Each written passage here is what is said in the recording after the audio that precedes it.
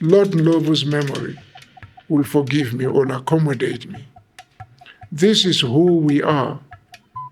We are a country that follows long-term nation-building strategies.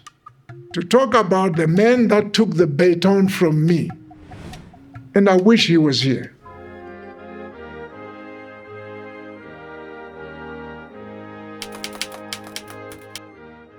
Let's hold this lecture every year to revisit BMF. We have lived through all these experiences. We have seen BMF adapt to changing circumstances. And now, here we are. Whatever it is that you're saying, you are not going to cancel BEE with whatever you are coming up with. We are very resolute, we are very clear when it comes to that as the BMF. But until the economy of South Africa looks like us, then we are going to say, then we can do away with this black economic empowerment. There are those black professionals who are now owning their own means and businesses today because of BEE. Where it is very necessary at the moment is for us to also own the means of production. Now, the new generation that comes must ask itself, what should we do to take it from where Lot had it and take it forward to compete with our peers? Now, as the BMF has taken an aggressive decision to say we need to be able to help our members to create their own means of production. So to give to the poor children who are doing well, these members must become millionaires and billionaires. Thank you very much. As the program director indicated, this is BMF's home.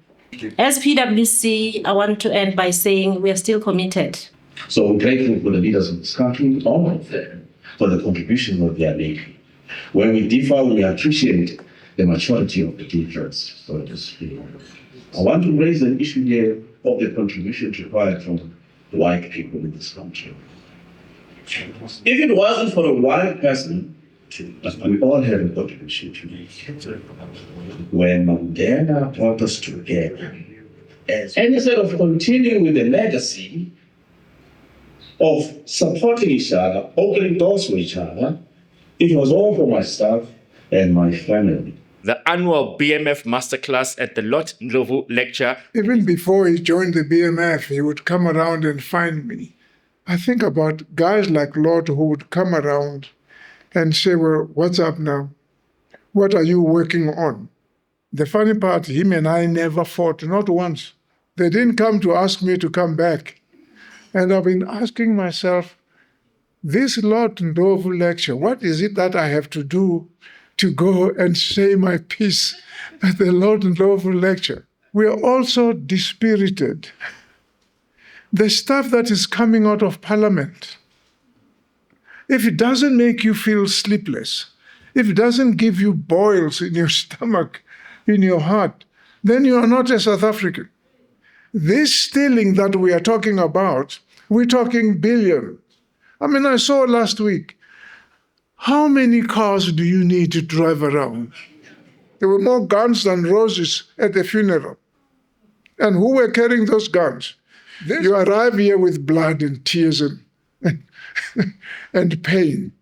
So you're destined for the whole of your life to go through cycles of crucibles. I understand and I join with you when we mourn the phase that we are going through. So much that we forgot that Nelson Mandela was here. But the lessons for a growing democracy are painful, are costly, and we are paying now upfront. I'm saying the 2 generations from now will clean the mess for us. We need to make sure now that we are ready to embrace everybody who is South African. So a white magistrate cannot punish an African child.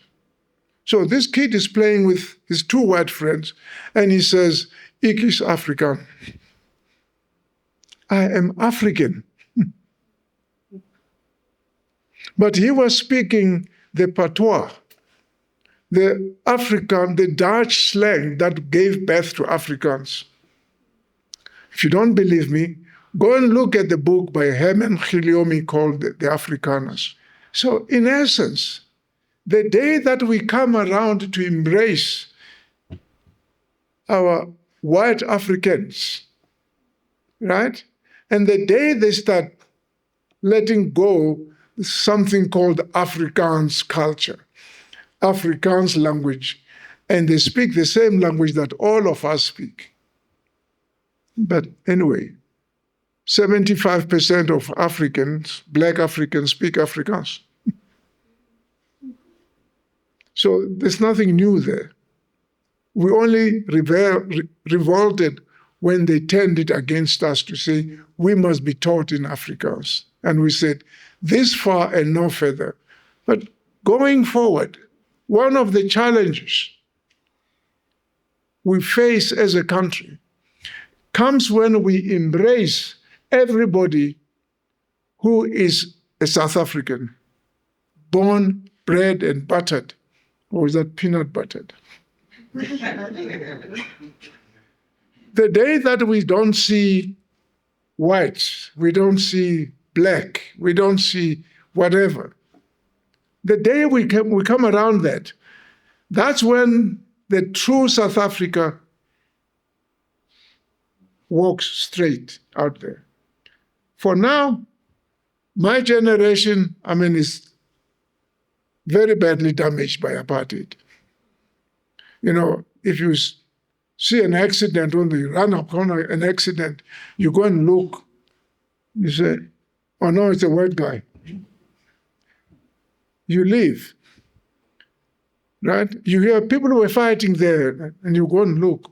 Who's beating who? Oh, it's a black brother beating a white guy. No, that's fine. You walk, and if it's the opposite, and you see racist, you see the damage that apartheid caused us. We won't correct it. The only way we'll correct it is when we fade away. This is 78 years from today. For now, let's live, drink, and be merry, and celebrate our democracy. You think those yellow bones came from the Hottentots? Definitely not. Why is it they've got a roundish face? Why is it that they've got eyes like that? And that causes, right?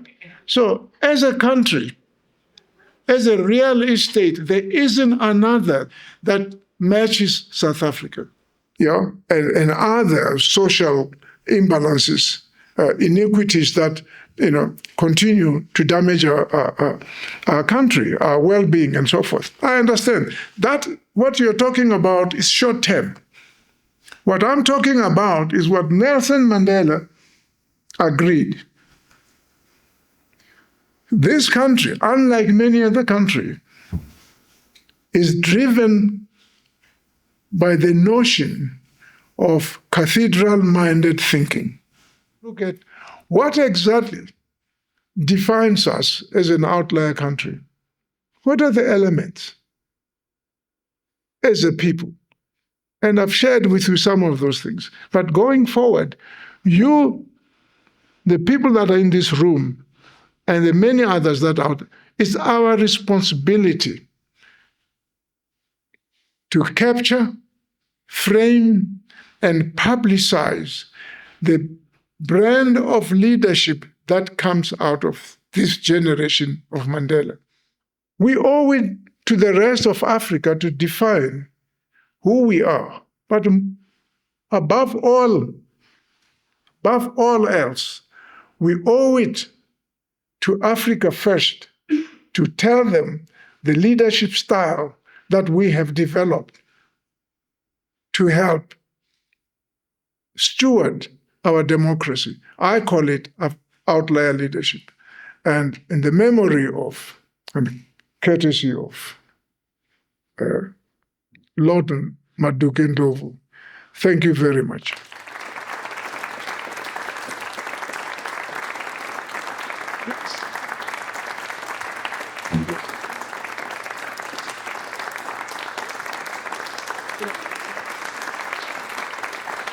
Another big round of applause for President Eric Bafuna. Thank you.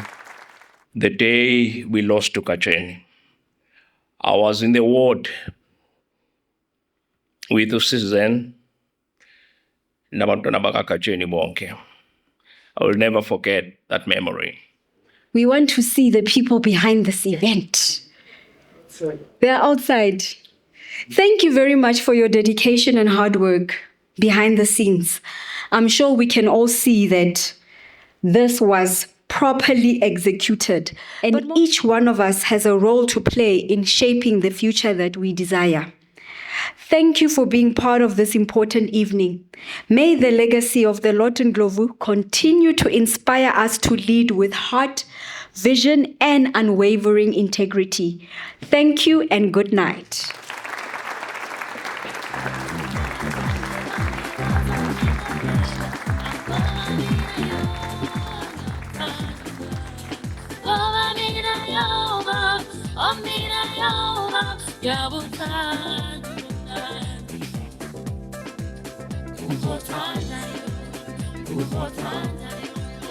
Uthanda